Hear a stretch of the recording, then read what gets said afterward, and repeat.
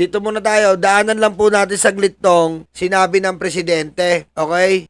Dito lang po tayo. Hindi pa natin na-react to eh. Good afternoon, everyone. Magandang hapon, Presidente Bongbong Marcos.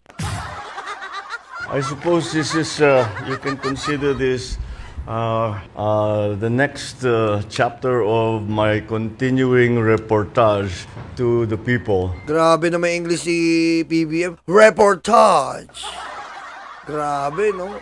Reportage. About all Napanood nyo ba yung Vengador? Okay ba? Ayos ba? Ayos ba? Nag-enjoy ba kayo sa Vengador? Sana lagi kayo nag-enjoy sa Vengador ha? Kasi kami nag-enjoy kami. Nag-enjoy kami na talagang labanan yung fake news and lagi kayong sumuporta. Kasi pag hindi na kayo nag-enjoy, titigil na namin yun. Tandaan nyo yan. Okay? Sa pag hindi na po kayo nag-enjoy sa Vengador, sabihin nyo lang ha. Kasi titigil na po namin yun. Seryoso. Kasi po yun po ay panlaban lang sa fake news. Lahat ng mga request nyo sa amin na mga fake news, doon natin tinatalakay in a large platform. So kung ayaw nyo na, sabihan nyo lang ako ha. Kung ayaw nyo na, titigil natin yan. of the developments concerning the flood control mess that we are confronting right now. Today, what I will be showing you is because alam nyo yung una, there were three phases to the entire process. The first phase was to find out what the ghost projects were, what were the subspecs and subspec projects that were made, what were, etc. Yung problema. The second part is to find out who was responsible so that they can be answerable to the people for whatever it is that they may have done.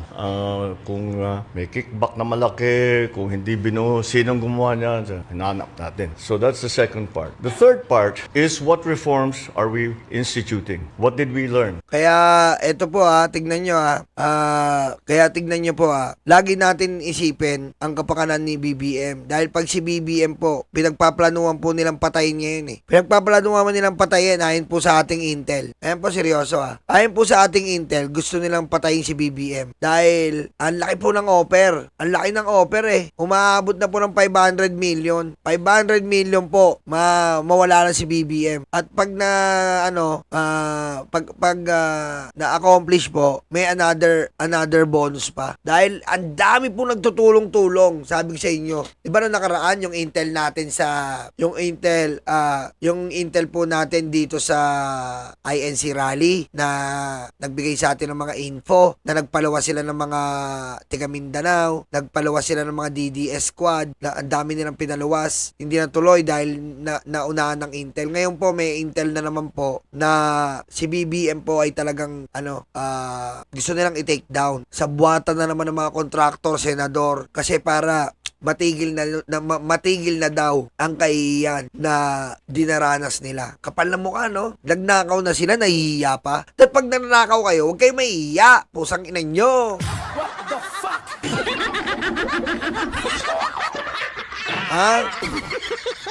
Grabe. Meron po kaya matyagan natin to November 30. Ang laki po ng ino-offer para po ipatumba si BBM. Kaya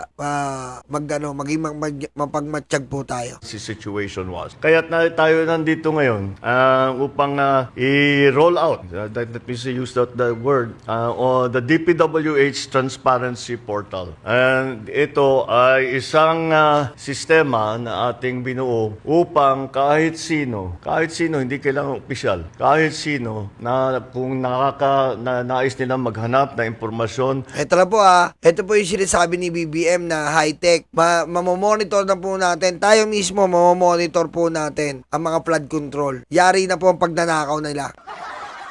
Tungkol sa isang project, tungkol sa project dun sa kanilang lugar, ay maaari nilang gawin. Kaya ito po, yan yung, that is the title page. And let us use, namili kami para madaling pag-demonstrate, namili kami ng halimbawa, itong Eliseo Trinidad Access Bridge Project sa Pampanga River. Kung titignan ninyo, gamitin nyo yung search bar, nakikita ninyo agad sa portal ang implementing office, ang contractor, ang kahalaga ng proyekto, ang accomplishment, completion date at yung report. At agad-agad, kung meron kayong tanong, may issue tungkol sa proyektong yan, pwede niyong pindutin ang report. Yan. Kung May ganyan ba presidente? Kita mo? May ganyan presidente? Binubulgar lahat sa inyo? Binapakita lahat sa inyo? Napaka-transparent. May ganyan po ba? Ginagamit po ang AI. Ngayon, may AI na po na tutukoy po at mamomonitor nyo ang proyekto ng DPWH. Pag nakita nyo na po na medyo may inconsistencies, diretso po kayo sa sumbong sa Pangulo. Kita nyo yan? Lahat ng opsyon na mga gamit para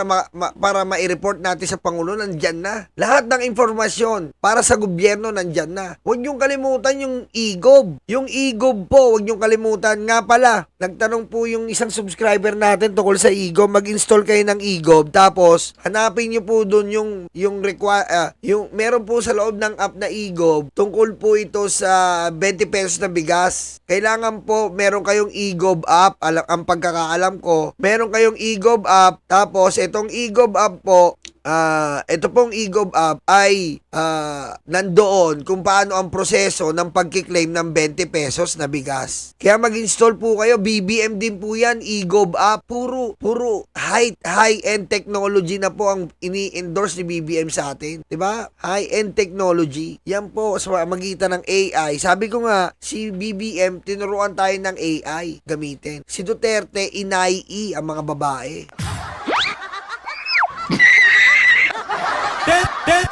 Detonate!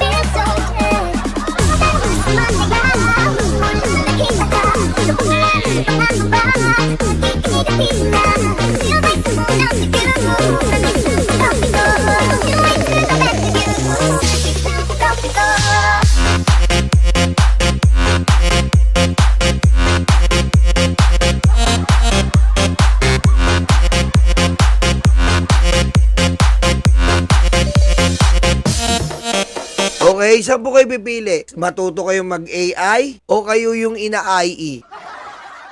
Diba? Doon tayo sa AI. Kasi advanced technology yon. Yung IE, old technology na yan. Diba?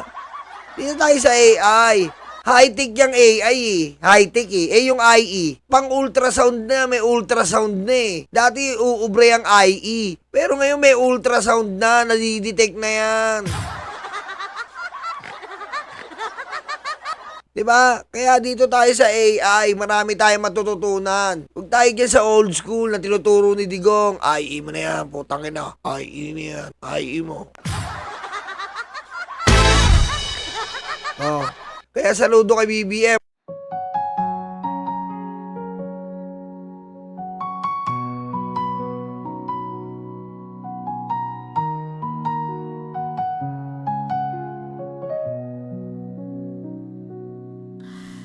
Ilan oras sa trabaho, kapiraso ang sweldo. Habang sila nag-aantay ng porsyento, kami ang nakukuba, hirap at nagdurusa. Iluluhon nyo lang pala aming mga pera.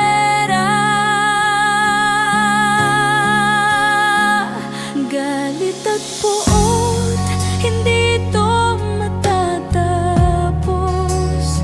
Hindi kami titigil, boses man ay maubos. Kinamkam nyo lahat ang aming pinaghirapan. Kayo ang salarin sa luha ng bayan. Galit at puot, hindi ito matatapos. Hindi kami titigil, boses man ay maubos. Kinamkam nyo lahat ang aming pinaghirapan. Kayo ang salarin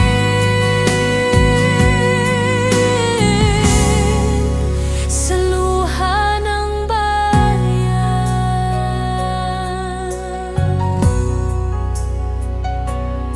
Sa kislap ng salapi nagbago